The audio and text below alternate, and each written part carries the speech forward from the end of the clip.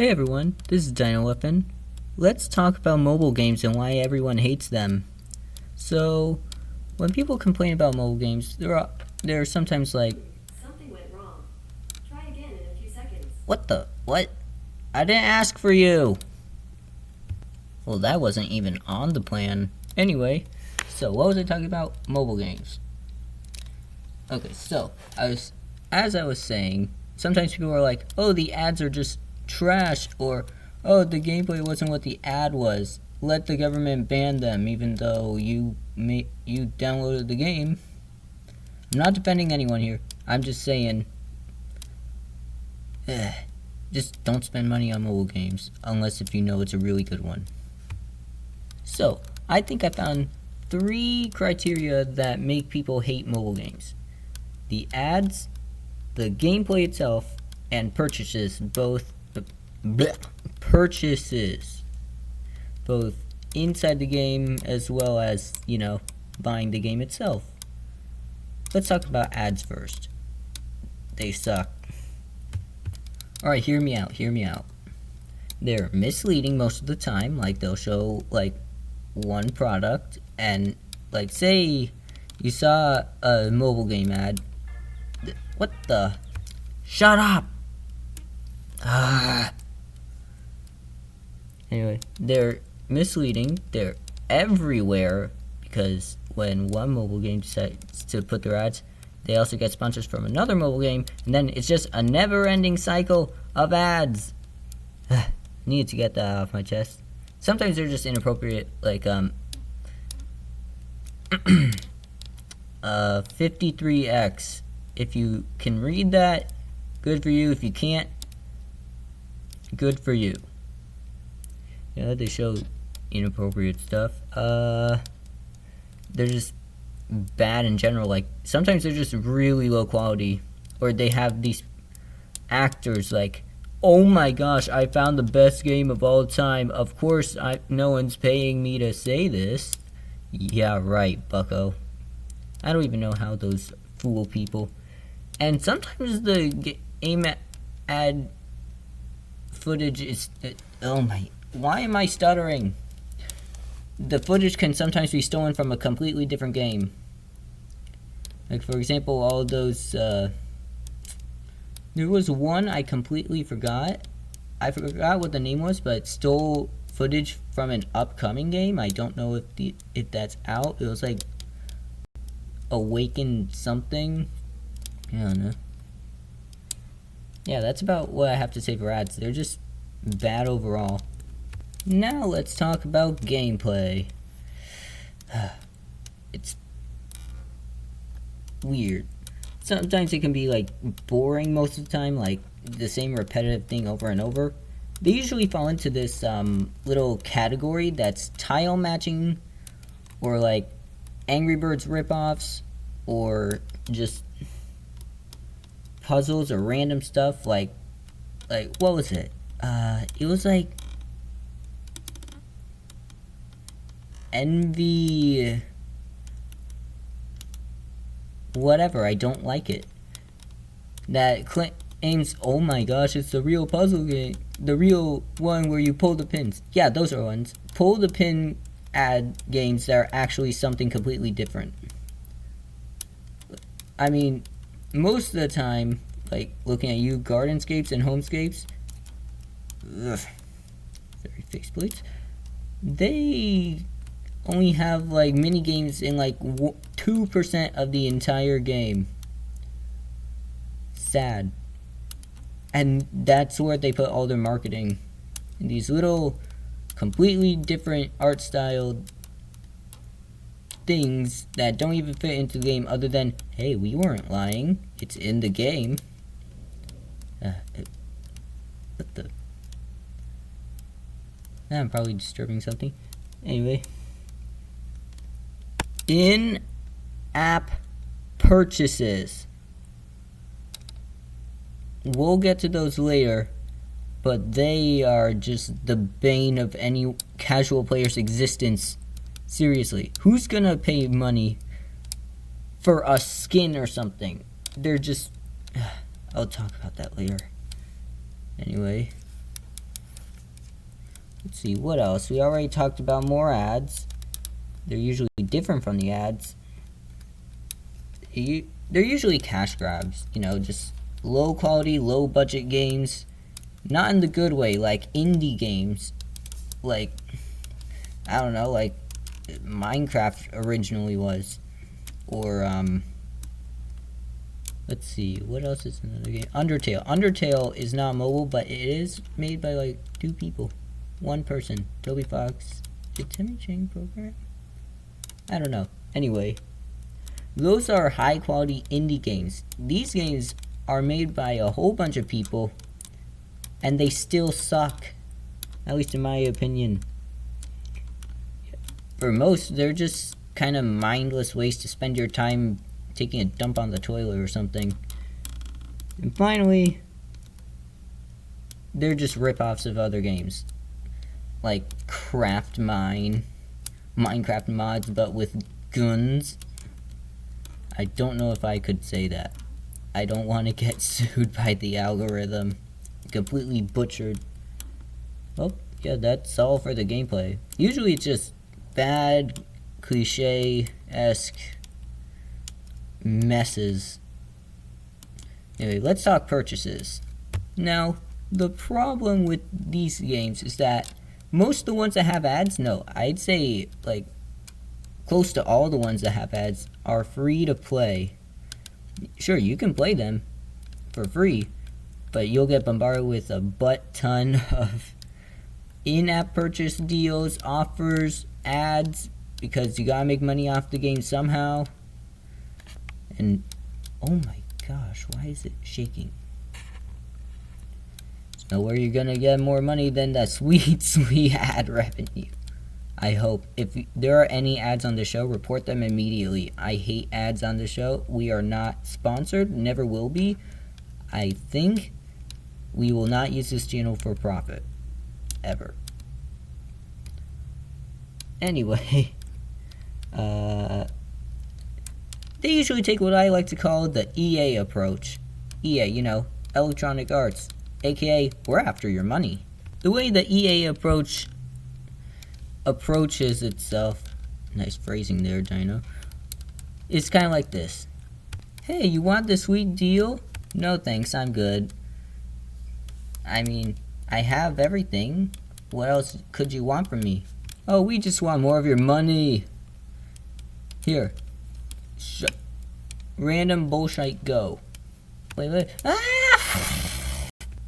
In other words, they shove a whole bunch of microtransactions in your face for in-game currency, which is probably just used to buy resources or characters sometimes, or just skins that don't mean anything. Looking at you, Fortnite.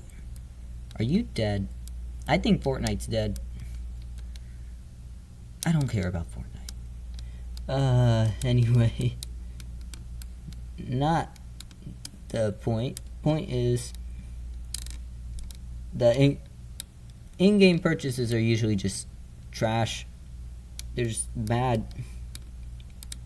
Overall, these 3 things, the abundance of ads, the boring, repetitive, and often cliche gameplay, as well as all the in-app purchases, just make mobile games really disliked and hated on.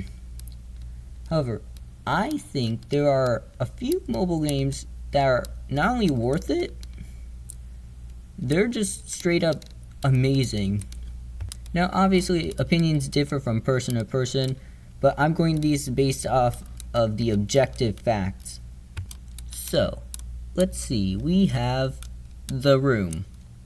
Room 1, 2, 3, and Old Sins. Dark Matter is VR exclusive, so that's pretty pricey. But dang, I don't want to get spoiled, but it looks so good. Anyway, ads?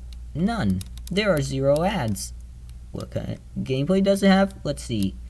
It's a logic puzzle where you, with really interesting mechanics. You have an eyepiece and you basically just look around for different things throughout the environment. Or in the first game, the central box. Sometimes there's stuff on the table too, but you know.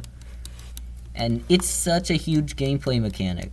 and it hasn't been really talked about that much, only on like the Room Wiki, which still people are just joking like, can you eat the gnoll? I don't know why, but anyway, that's not the point. We're not into the lore of the gnoll. That's the gnoll finder's job. Let's see. The story is, well, that's more lore, but let me just say, it is really complicated for a bunch of mobile games. And what prices are they? Oh, just, you know, a little over $4 or $5. You can play the first chapter of the Room 1 for free as a demo. It'll kind of get you into it if you really want to play. But it's just really fun, and honestly, sometimes looking around the black background, it can be a bit creepy. Like, you're just surrounded in a void of darkness. But anyway, that's I could say so much more for the room, but we don't have time for that. Let's move on to the next one, shall we? World of Goo. This was originally a WiiWare game released in 2008 and was ported to mobile for mobile devices. Great phrasing again. In around 2009, 2010. I think it was 2010, yeah. Now, ads, again, none.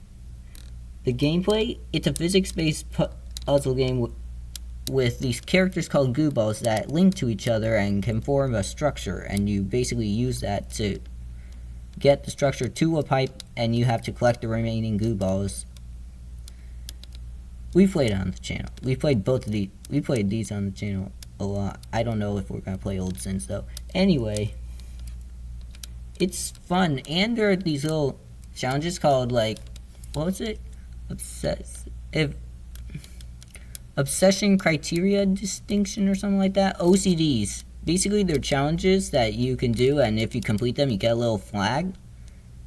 I don't know if getting OCD on all levels is 100% in the game, but I would say that counts. And some of them are really challenging.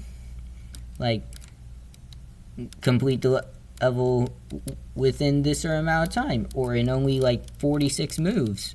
46 moves might sound like a lot, but when you're talking about literally every time your finger touches a goo ball, that counts as a move, unless if you're like throwing it or something.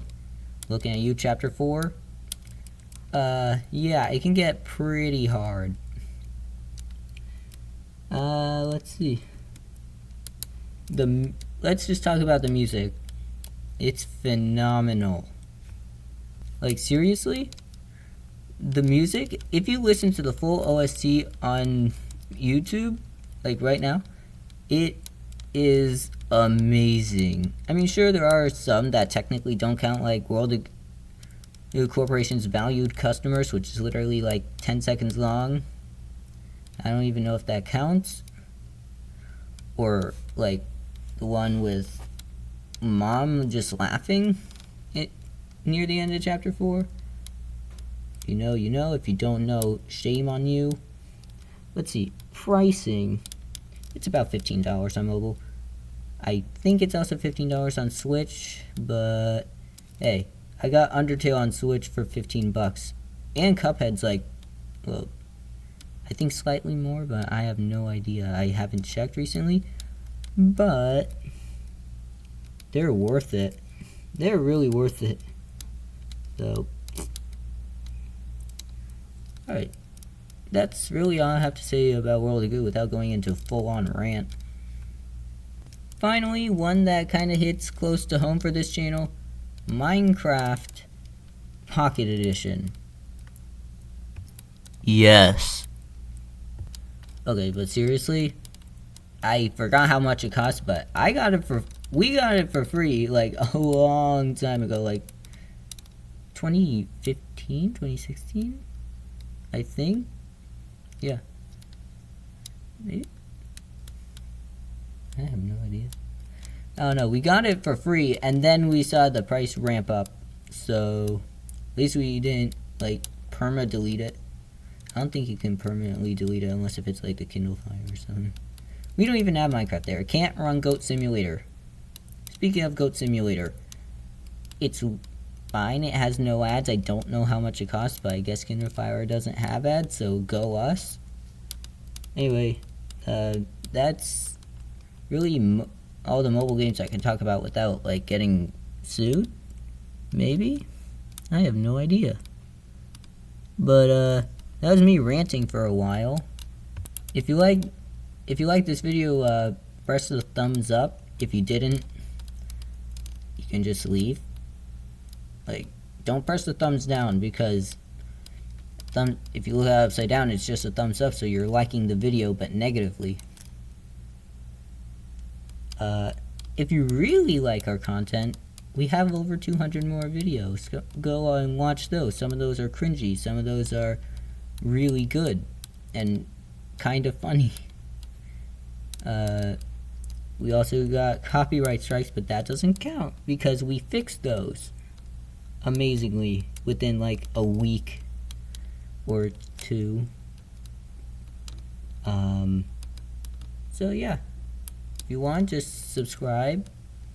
We're trying to reach 45 subscribers. What the heck is this? Littering.